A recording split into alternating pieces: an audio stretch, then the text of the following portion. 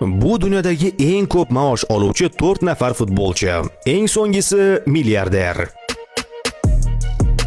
4-o'rinda Sadio Mane. U Saudiyaning Al Nasr klubida to'p suradi. Yirik transfer va Saudiyadagi liganing katta maoshi sababli eng ko'p haq oluvchi futbolchilardan biri hisoblanadi. Yillik maoshi $40 million. 3-o'rinda Muhammad Salah. Liverpool hujumchisi bo'lgan misrlik futbolchi eng yuqori haq oluvchi o'yinchilardan biri. Yillik maoshi $53 million.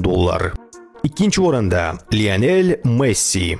Inter Miami bilan shartnoma imzolagandan so'ng Leo yirik hamkorlik shartnomalari va foydali kelishuvlar orqali daromadini yanada oshirdi. Yillik maoshi $130 million. Va nihoyat 1-o'rinda Cristiano Ronaldo. U dunyoning eng ko'p daromad oladigan futbolchisi bo'lib, milliarder maqomiga ega. Al Nasrdagi uning yillik maoshi $200 million dan oshadi. Qolaversa reklamalar va hokazo daromadlari bor uning.